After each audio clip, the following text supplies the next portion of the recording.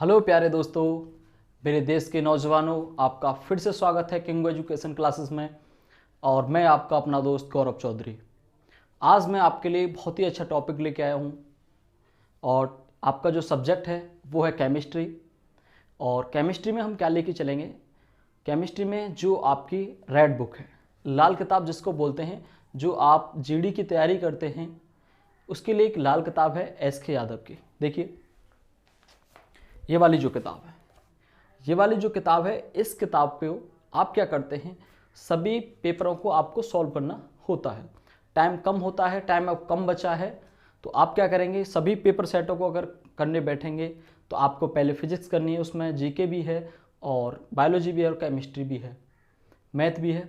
तो सभी को करना बहुत कठिन होगा इतनी जल्दी।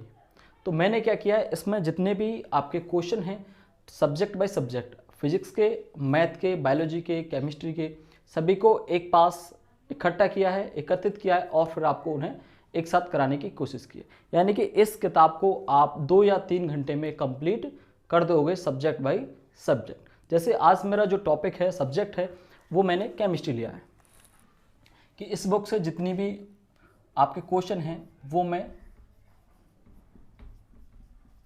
केमिस्ट्री के यानी कि रसायन विज्ञान के कंप्लीट करा सकूं।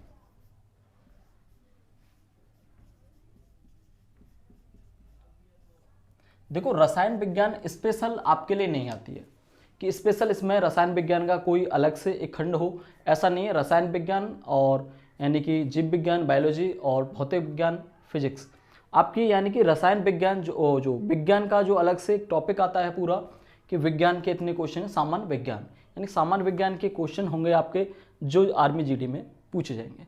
इसको टेक्निकल वाले भी कंप्लीटली देख सकते हैं, उनके लिए भी पूरा बेनिफिशियल है। ठीक है, उनका थोड़ा सा लेवल अप हो जाता है बस, बाकी क्वेश्चन यहाँ से भी आते हैं और अलग से भी आते हैं। क्लियर? तो ज़्यादा देरी ना करते हुए मैं वो क्वेश्चन लेता हूँ सेट 1 से। देखो, मेरे जो क्वेश्चन होंगे, मैं आपको इसमें टोटल सेट हैं 50, तो सेट 1 से और सेट 50 तक जितने भी क्वेश्चन होंगे उन सभी को लेके चलूँगा, उन सभी क्वेश्चनों को लेके चलूँगा। ठीक है, तो देखो ज़्यादा देरी ना करते हुए मैं कराता हूँ आपको। सबसे पहला क्वेश्चन है, आग बुझाने के लिए आवश्यक कौन सी गैस है? आग बुझाने के लिए मैं क्वेश्चन भी लिखूंगा साथ के साथ।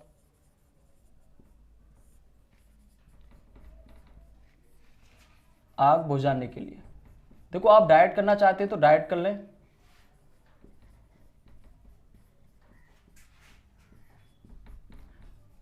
और सिर्फ अगर डाइट पढ़ना ही चाहते हैं तो पढ़ लें, स्क्रीनशॉट ले लें फिर इसका और उनको बाद में याद कर लें, या मेरे साथ नोटबुक में उतारते रहें।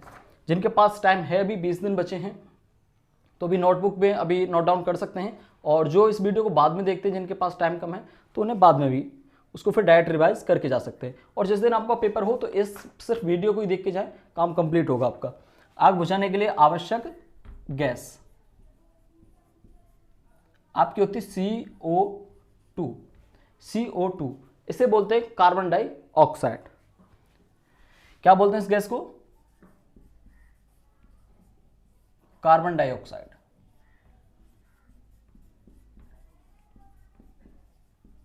देखो, ये गैस कैसे बुझाने में लाभप्रद होती है आग को। जैसे आग बढ़ जाती है तो आपने देखा होगा कि आपके आसपास जो क्षेत्र है, या किसी भी आप अस्पताल में या फिर किसी भी स्कूल में आप देखते हैं लोहे के इतने बड़े डिब्बे लगे रहते हैं और उसमें एक बटन होता है, यानी कि एक हत्तासा लगा रहता है, उसमें आगे पाइप होती है, कहीं भी आग लगती है तो आप उस गैस को छोड़ सकते हैं। उसमें कौन सी गैस भरी होती है? क्वेश्चन ऐसे ही बन सकता है कि जो लाल वाले डिब्बे होते हैं आग बुझाने के लिए, उनमें कौन सी गैस होती है? Carbon dioxide. और कार्बन डाइऑक्साइड जो है ये वातावरण को दूषित करने के लिए भी उत्तरदायी है। ऐसे भी क्वेश्चन आता है कि मैं क्या कर रहा हूँ कि एक ही क्वेश्चन के साथ कई क्वेश्चन आपके डिस्कशन उन पे करके कई क्वेश्चन कंप्लीट करा रहा हूँ। जो कार्बन डाइऑक्साइड है, ये गैस जो आपके ग्रीन प्रभाव के जो गैसें होती उनके लिए भी ये उत्तरदायी है। आगे है, द्रव की चतुर्थ अवस्था कौन सी होती है? क्वेश्चन 2, द्रव की चतुर्थ अवस्था यानी कि 4th स्टेज क्या होती है द्रव की? तो द्रव की 3 स्टेज होती हैं, वैसे इसकी होगी प्लाज्मा। नंबर 1 क्या होती है? नंबर 1 द्रव है, फिर ठोस आती है, सॉरी ठोस, द्रव, गैस और उसके बाद होती है प्लाज्मा। ठीक है, अगर स्पेशल क्वेश्चन ऐसे ही आता है कि द्रव की कितनी अवस्थाएं होती हैं तो उसमें आपको जो आंसर करना है वो 3 करना है। अगर पूछता है स्पेशली द्रव की चौथी अवस्था कौन सी है तो फिर आपको आंसर देना प्लाज्मा। क्वेश्चन नंबर 3, पहले मैं देख लेता हूं वीडियो में कितना कंप्लीटली दिख रहा है, कहां तक आ रहा है। ठीक है, अभी तो और आगे तक हम इसको ले सकते हैं। क्वेश्चन नंबर 3 है, मिश्रित उर्वरक है, जो आपका मिश्रित उर्वरक है ये कौन सा है? मिश्रित उर्वरक आपका, इसमें ऑप्शन दिए हुए यूरिया, एनपीके, अमोनियम सल्फेट। तो जो आपका मिश्रित उर्वरक है वो एनपीके है, जो आपकी फसलों में प्रयोग होता है। एनपीके क्या है? एक मिश्रित उर्वरक है, जबकि नाइट्रोजन है, यूरिया है, वो भी एक उर्वरक है, लेकिन मिश्रित उर्वरक क्या होगा? एनपीके। इसके बाद है क्वेश्चन नंबर 4, ऊर्जा का नवीकरणीय स्रोत है,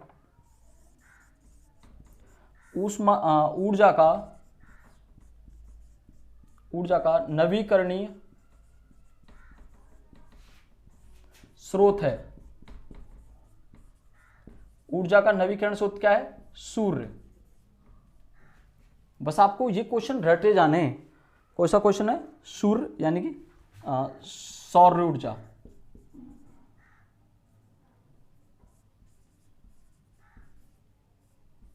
सौर ऊर्जा, ठीक है। ऊर्जा का नवीकरण स्रोत क्या है? सौर ऊर्जा यानी कि सूर्य। जो भी ऑप्शन हो। सोडियम कार्बोनेट किस नाम से जाना जाता है? Sodium carbonate. देखो 2 क्वेश्चन क्लियर कराऊंगा आपके यहाँ पे। Question number 5, sodium carbonate, sodium carbonate किस नाम से जाना जाता है?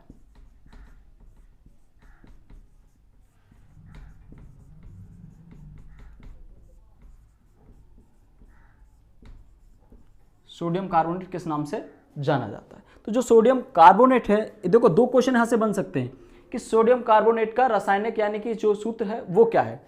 तो सोडियम को किससे डिनोट करते हैं? Na से, और कार्बोनेट होता है CO3, और CO3 2 नेगेटिव होता है तो Na 1 पॉजिटिव, तो Na2CO3। ये क्या होता है? Sodium carbonate. और इसको किस नाम से जानते हैं? 2 क्वेश्चन मैंने क्लियर कराए कि सोडियम कार्बोनेट का रासायनिक नाम क्या है और इसको किस नाम से जानते हैं। देखो इस नाम को जानते हैं हम धावन सोडा, धावन सोडा, यानी कि जो धोने का सोडा है वो क्या होता है? सोडियम कार्बोनेट होता है, सोडियम कार्बोनेट होता है। देखो ये क्वेश्चन यहाँ पे है नहीं बुक में, अगला क्वेश्चन अलग है, बट मैं एक क्वेश्चन अपनी तरफ से लेके चलता हूं आपके लिए, जिससे वो चीज में क्लियर करा सकूं। एक होता है सोडियम बाइकार्बोनेट, सोडियम बाइकार्बोनेट, इसको किस नाम से जाना जाता है? ठीक है, जो सोडियम कार्बोनेट है पहले उसका तुम रासायनिक सूत्र समझो, NaHCO3।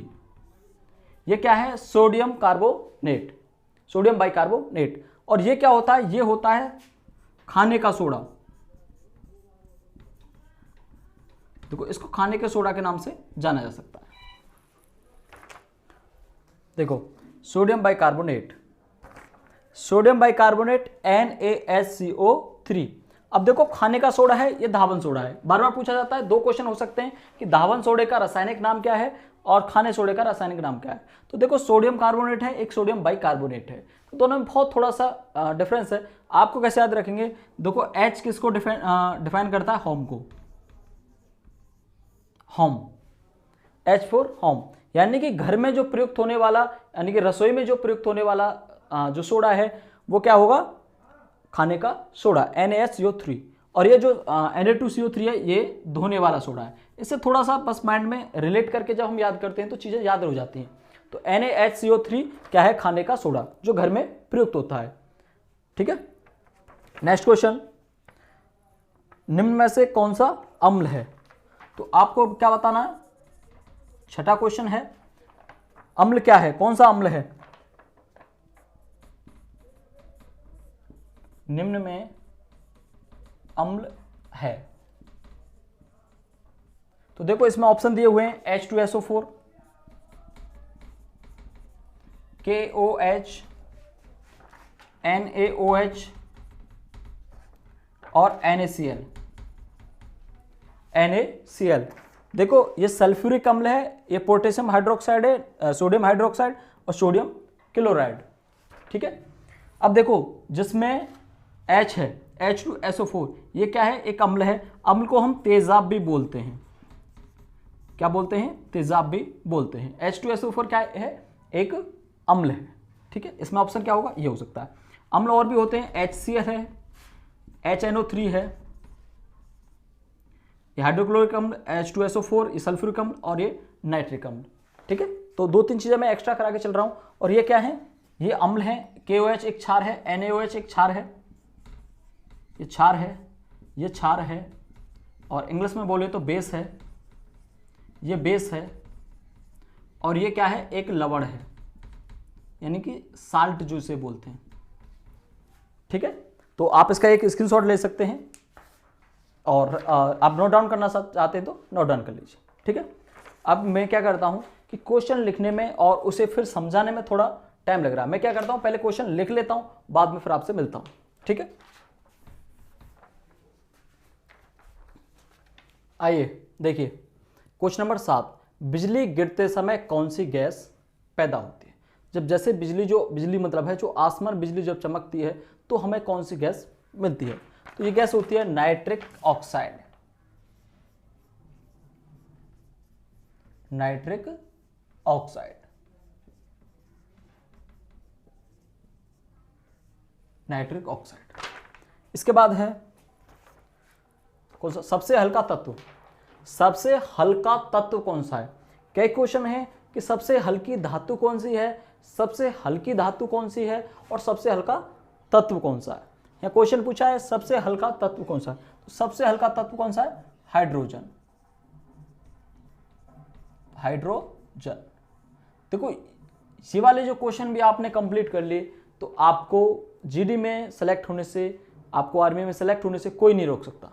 जहरीली गैस है, देखो जहरीली गैस है, जहरीली बहुत सी गैसें हैं, बट वो ऑप्शन पे डिपेंड करेगा। यहाँ पर जो ऑप्शन था वो कार्बन मोनोऑक्साइड का दिया हुआ था, CO, carbon monoxide. Carbon monoxide CO2 से भी जहरीली गैस है। विस्फोटक हैं वो कौन कौन से हैं? ठीक है, तो जो विस्फोटक होते हैं TNT और TNB और TNT, ये क्या है? ये विस्फोटक हैं। हाइड्रोजन बम में होता है। हाइड्रोजन बम के अंदर क्या होता है? ऑप्शन देगा नाभिकीय विखंडन और नाभिकीय संलयन।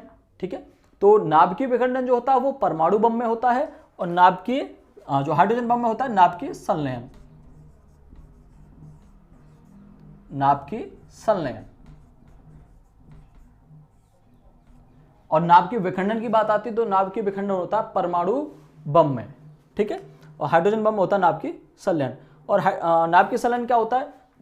सूर्य में जो ऊर्जा जो बनती है वो भी, यानी कि बोल सकता है कि सूर्य के अंदर जो ऊर्जा जब बनती है तो उसमें कौन सी क्रिया होती है?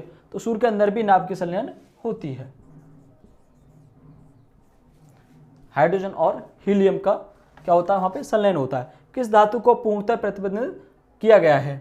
मतलब कौन सी धातु है जिसको बिल्कुल बैन कर दिया गया है? क्लोरोडेन।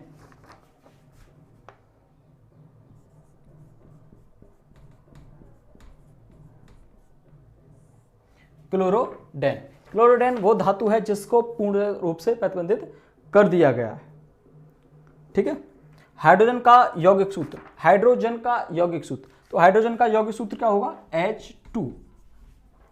क्योंकि जब जैसे हम आवर्त सारणी में जब देखते हैं तो हाइड्रोजन सिर्फ H से हम डिनोट करते हैं, लेकिन इसका यौगिक सूत्र क्या है? H2। हाइड्रोक्लोरिक अम्ल का सूत्र क्या है? हाइड्रोक्लोरिक अम्ल जो हमारे पेट में बनता है, जो अम्ल हमारे पेट में बनता है वही हाइड्रोक्लोरिक अम्ल होता है। उसको क्या बोलते हैं पेट में जो बनता है?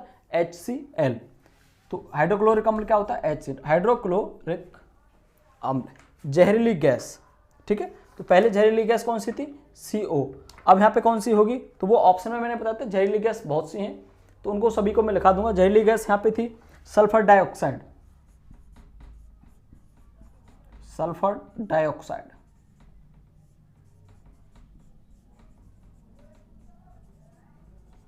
ये क्या है? एक जहरीली गैस है।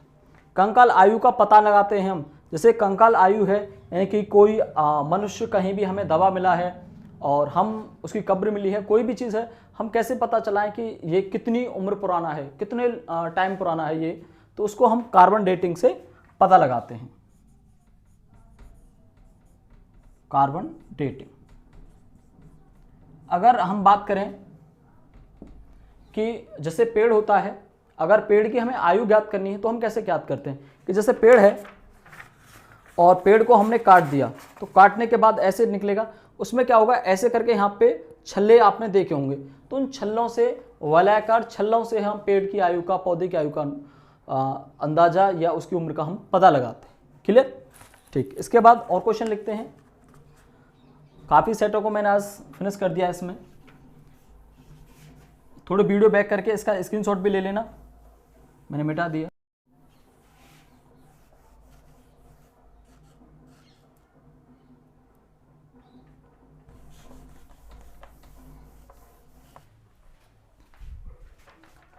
तो आइए बढ़ते हैं फिर आगे। क्वेश्चन नंबर 17, सबसे ज्यादा वेदन क्षमता किसकी होती है?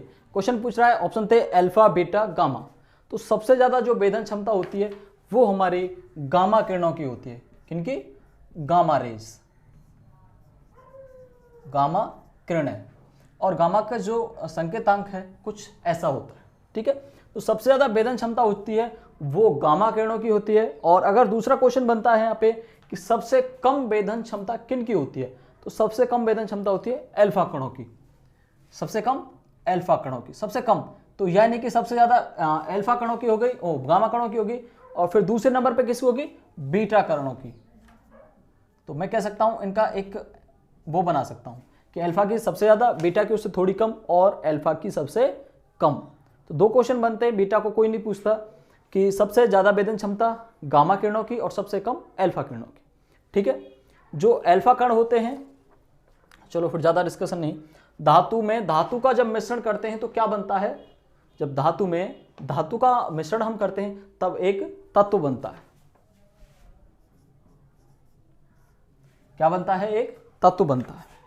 अच्छा, आगे क्वेश्चन, कौन सा ठोस ईंधन है? तो ठोस ईंधन में इसमें ऑप्शन दिए थे केरोसिन, पेट्रोल, चारकोल, गैस। तो केरोसिन है यानी कि मिट्टी का तेल, केरोसिन। अगर इसको बोले मिट्टी का तेल बोलते हैं जी। आपके घरों में जो यूज होता है मिट्टी का तेल। यूरेनियम को निर्वात में रख दें तो, अगर यूरेनियम को निर्वात में रख देंगे तब भी कोई फर्क नहीं पड़ेगा। ऑप्शन में कई चीज थी, उसमें था यूरेनियम को निर्वात में रख दें तो कोई प्रभाव नहीं पड़ेगा।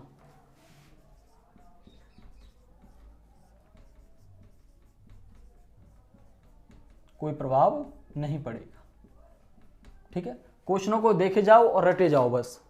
पानी का रासायनिक सूत्र, पानी जो आपके पीने वाला जो पानी होता है उसका रासायनिक सूत्र क्या होता है? H2O। इस बात को सभी जानते होंगे मेरे हिसाब से। क्लोरोफॉर्म का जो रासायनिक सूत्र है वो क्या है? जो क्लोरोफॉर्म है उसका रासायनिक सूत्र क्या है? जो क्लोरोफॉर्म होती है उसका रासायनिक सूत्र होता है ZNO, ZNO। यूरिया क्या है? यूरिया उत्सर्जक है, यानी यूरिया उत्सर्जक किसका है? नाइट्रोजन का। किसका है? नाइट्रोजन का। यूरिया नाइट्रोजन का उत्सर्जक है। और हमारे शरीर में यूरिया का यानी कि पेशाब का निर्माण कौन करता है? लीवर। जो भी क्वेश्चन आते हैं है तो बायोलॉजी का। ओजोन का सूत्र क्या है? ओजोन का सूत्र है O3। ओजोन का सूत्र है O3। और बात ऑक्सीजन की बात की जाए तो O2, और ओजोन क्या है? O3। कई बार रिपीट हुआ ये क्वेश्चन। फलों का खट्टा होना कारण है, तो ये कौन सी विधि से फल खट्टे होते हैं? तो जो फल खट्टे होते हैं वो होती है किण्वन विधि। किण्वन विधि से फल खट्टे हो जाते हैं। रसोई में किस गैस का प्रयोग किया जाता है? एक तो CNG आती है और एक होती है LPG। तो जो रसोई में तो आप जानते हैं कौन सी गैस होती है, लिक्विड पेट्रोलियम गैस, LPG। और जो LPG के मुख्य घटक हैं वो कौन कौन हैं? LPG बनी होती है प्रोपेन प्लस ब्यूटेन। एक क्वेश्चन अलग से मैंने यहां पे लिया कि जो LPG के मुख्य घटक हैं वो प्रोपेन और ब्यूटेन हैं। एक और क्वेश्चन यहां से आपका क्लियर करता हूं कि जो आपका लाइटर होता है, लाइटर सिगरेट जलाने वाला, तो वो उसमें के अंदर क्या भरा होता है? उसके अंदर होती है ब्यूटेन।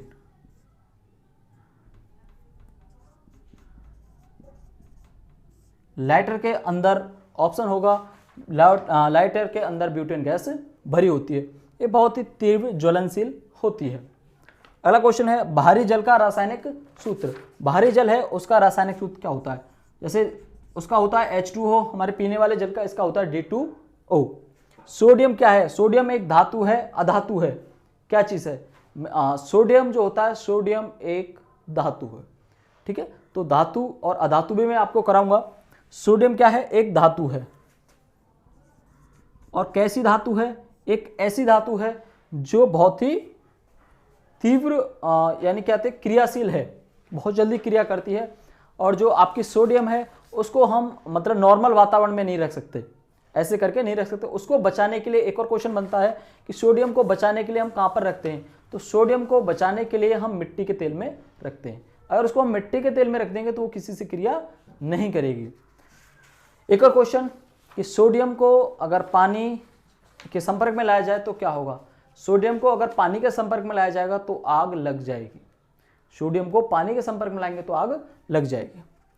थर्मामीटर में क्या चीज ताप को दर्शाती है? थर्मामीटर में क्या होता है जो आपके ताप को दर्शाता है? तो थर्मामीटर के अंदर आपने देखा हो कांच का जो पतला सा होता है उसके अंदर पारा, एक लिक्विड भरा होता है, उसे बोलते हैं पारा।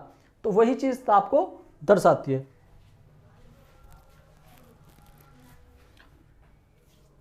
आओ क्वेश्चन नंबर 31, जलाने में सहायक गैस है।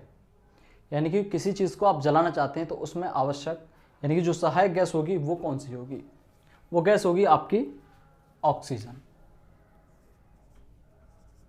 कौन सी? ऑक्सीजन। यानी कि जहां ऑक्सीजन नहीं होगी वहां आप किसी चीज को नहीं जला सकते। जैसे आप देशलाई जलाते हैं, माचिस जब जलाते हैं, अगर जहां ऑक्सीजन नहीं है तो वहां पर वो चीज नहीं जल सकती, वो देशलाई नहीं जल सकती। हाँ, यहाँ से एक क्वेश्चन और याद आया मुझे कि जो माचिस की तीली होती है उसके ऊपर जो आगे एक मसाला लगा रहता है उसको क्या कहते हैं? उसको बोलते हैं हम रेड फॉस्फोरस, लाल फास्फोरस। ठीक है, कौन सी गैस सोडा वाटर बनाती है? कौन सी गैस होती है जो सोडा वाटर बनाने में यूज होती है? तो या ऐसे क्वेश्चन आ सकता है कि कौन सी गैस है जो पेय पदार्थों में यूज होती है? जैसे आपकी पेप्सी है, पेप्सी को जैसे आप खोलते हो तो उसमें से गैस निकलती है, या उस गैस को निकल जाने के बाद उसमें कोई भी स्वाद नहीं रहता। ऐसी सोडा वाटर में भर के आती है। कोई भी ऐसा अगर पदार्थ है, पेय पदार्थ है जिसमें वो गैस भरी आती है, वो कौन सी गैस होती है? तो वो होती है आपकी कार्बन डाइऑक्साइड, CO2।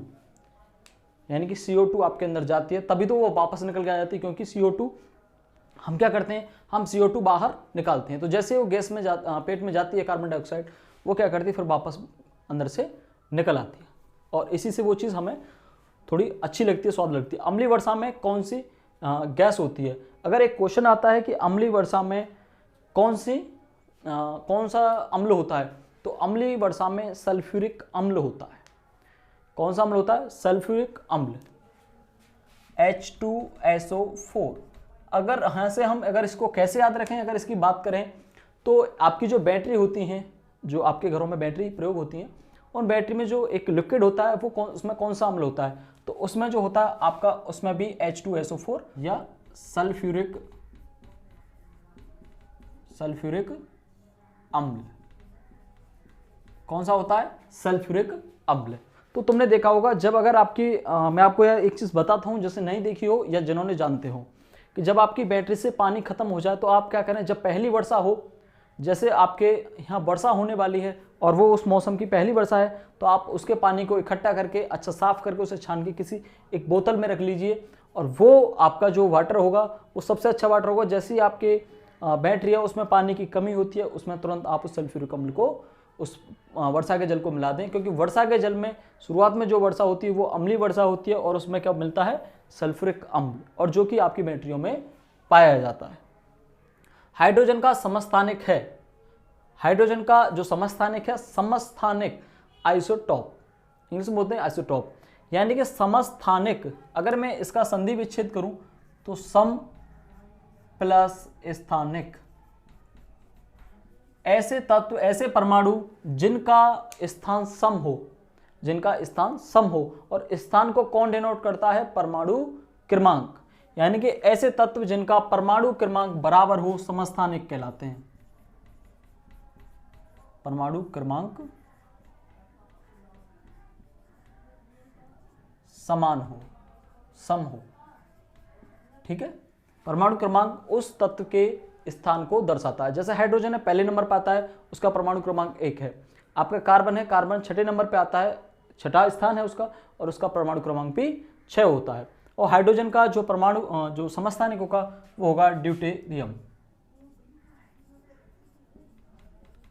ड्यूटेरियम, ठीक है। लोहे पर जंग लगना एक कौन सा परिवर्तन है, भौतिक परिवर्तन है या रासायनिक परिवर्तन है? तो जो लोहे पर जंग लगती है वो एक रासायनिक परिवर्तन है, और वो किसके कारण होता है, ऑक्सीकरण के कारण होता है। तो लोहे पर जंग लगना एक रासायनिक परिवर्तन है, रासायनिक परिवर्तन। बहुत ही जबरदस्त कंटेंट मैं आपके लिए लेके आया हूं, ये आपका सिलेक्शन ही मेरा लक्ष्य है। वातावरण का हिस्सा नहीं है, तो वातावरण का हिस्सा नहीं है मतलब क्या चीज नहीं है, तो वहां ऑप्शन में थे हाइड्रोजन नहीं है, ऑक्सीजन नहीं है, या नाइट्रोजन नहीं है, या क्लोरीन नहीं है। तो हाइड्रोजन पाई जाती है, ऑक्सीजन पाई जाती है, नाइट्रोजन पाई जाती है, क्या नहीं पाई जाती वातावरण में, क्लोरीन। क्लोरीन की जगह कुछ और भी दे सकता था, सोडियम दे सकता था, जो आपकी वातावरण के हिस्सा नहीं है। ग्लूकोज का सूत्र है, तो ग्लूकोज का जो सूत्र होता है C6H12O6, C6H12O6। अगर चीनी की बात की जाए तो चीनी का जो सूत्र होता है 12 और H22 और O11, ये किसका होता है, ये होता है चीनी का, चीनी या सुक्रोज। और ग्लूकोज का क्या होता है, C6H12O6, ठीक है। माइका क्या है, माइका क्या है, माइका एक खनिज है, माइका क्या है, खनिज।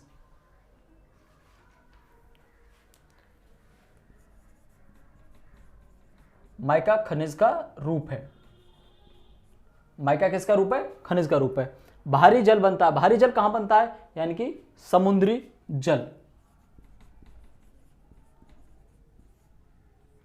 बहुत सी चीजें ऐसी हैं जो ऑप्शन पे डिपेंड करती हैं। कार्बन रूप है, कार्बन जो रूप है वो अच्छा बेकिंग सोडा, तो बेकिंग सोडा किसको बोलते हैं, मैंने इससे पहले आपको जैसे क्वेश्चन कराया उसमें बताया था, जो बेकिंग सोडा उसको बोलते हैं हम खाने का सोडा, बेकिंग सोडा, खाने का सोडा। और खाने का सोडा कहां पे प्रयुक्त होता है, घरों में, यानी कि NaHCO3, ये किसको डिनोट करता है, होम को, NaHCO3, बेकिंग सोडा, खाने का सोडा। कार्बन का रूप है, कार्बन का रूप अगर हम किसको बोलें, कार्बन का रूप क्या होता है, आपका हीरा है, कार्बन का रूप हीरा है। और कार्बन किसका रूप है, आंसर ये नहीं है, क्वेश्चन है कार्बन रूप है, तो कार्बन क्या है, एक अधातु का रूप है। अगर शुद्ध कार्बन की बात की जाए तो कार्बन से हीरा कैसे बनता है, कार्बन से, तो कार्बन का रूप क्या है, अधातु। कार्बन रूप है अधातु का और कार्बन का रूप है हीरा। नेक्स्ट क्वेश्चन है, लोहे में जंग की लगने की प्रक्रिया क्या कहलाती है? तो लोहे में जो जंग लगता है वो ऑक्सीकरण की प्रक्रिया होती है,